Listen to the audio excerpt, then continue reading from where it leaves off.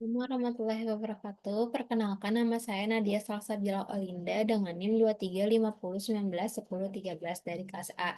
Di sini saya akan mempresentasikan apa yang sudah saya kerjakan. Itu adalah tugas kimia medisinal. Mungkin bagi Raya.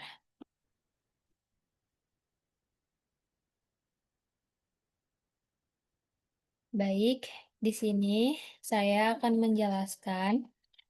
Pada kesempatan kali ini saya akan mempresentasikan kajian mengenai penemuan dan perkembangan obat anti Parkinson yang bekerja pada sistem dopaminergic, khususnya yang menargetkan reseptor dopamin sebagai pendekatan utama terapi Parkinson.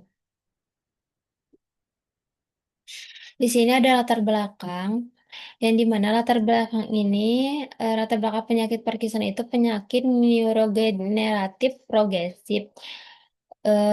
Terus dia juga merupakan generasi neuron dopaminergic. Terus terjadi disuptasia nigra, menurun dan dia juga menurunnya kadar dopamin di striatum.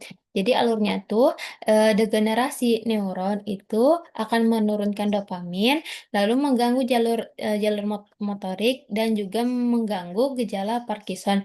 Jadi Parkinson itu merupakan penyakit neurogeneratif progresif yang ditandai dengan kerusakan neuron dopaminergic di substansia nigran. Akibatnya, kadar dopamin di stasiun nigran menurun sehingga transmisi sinyal motorik terganggu dan memunculkan gejala khas seperti tremor, rigiditas, dan bradykinesia.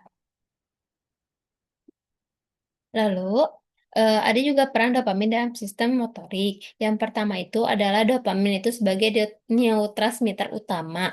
Jalurnya itu jalur nigrostriatal. Jadi, nigrostriatal itu untuk mengatur inisiasi gerakan, koordinasi motorik, keseimbangan dopamin, hingga asetilkolin. Jadi, dopamin itu berperan penting dalam jalur nigrostriatal yang mengatur pergerakan tubuh. Ketika dopamin menurun, menjadi ketidakseimbangan antara dopamin dan asetilkolin sehingga kontrol gerak menjadi terganggu.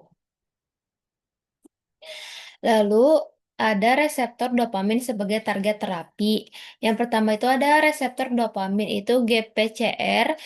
Ada D1 sampai jadi D1 dan D2 itu dia menaikkan CAMP. Terus D2, D3, dan D4 itu adalah menurunkan CAMP.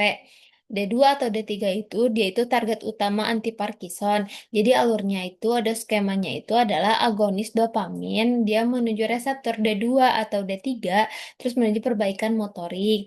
Yang dimana reseptor dopamin termasuk dalam kelompok G protein kompleks reseptor. Pada terapi Parkinson, reseptor D2 atau D3 menjadi target utama karena berperan besar dalam pengaturan jalur motorik ganglia basalis. Terus yang kelima selanjutnya itu adalah dopamin dan mekanisme kerja obat. Dopamin tidak dapat melewati BBB. Jadi ada levodopa sebagai prekursor dikombinasikan dengan karbidopa.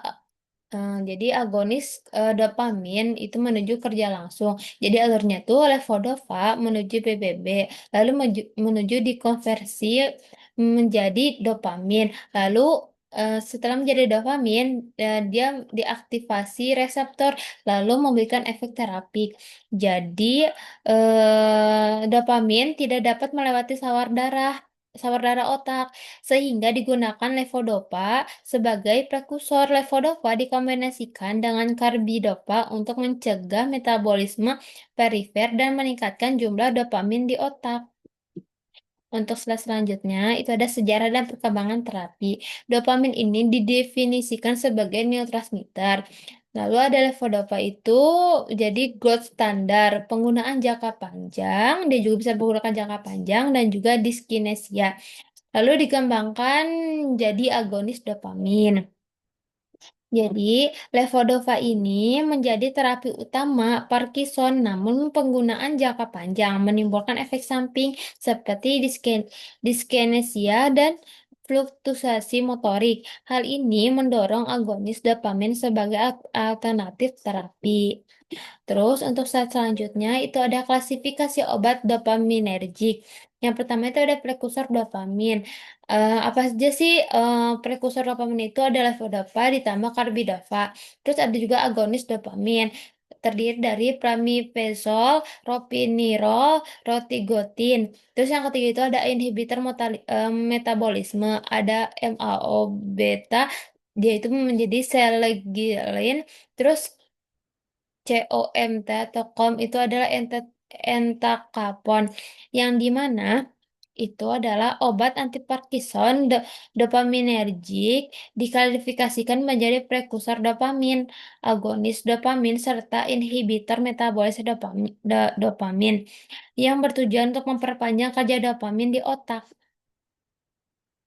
Terus untuk slide selanjutnya itu adalah kimia medisinal dan asalnya. Jadi untuk farmakofor dopamin itu ada gugus amina dan cincin aromatik.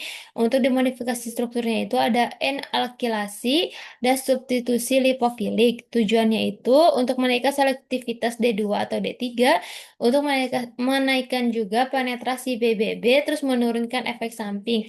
Jadi alurnya itu memodifikasi struktur menjadi afinitas reseptor lalu menaikkan efektivitas.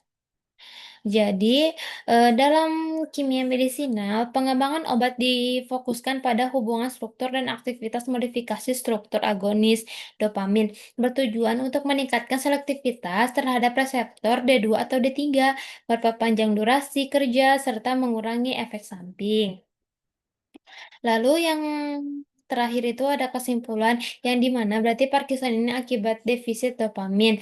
Reseptor dopamin itu adalah target utama. Levodopa dan agonis dopamin berperan penting. Kimia medisinal ini meningkatkan efektivitas terapi pengembangan obat untuk kualitas hidup pasien.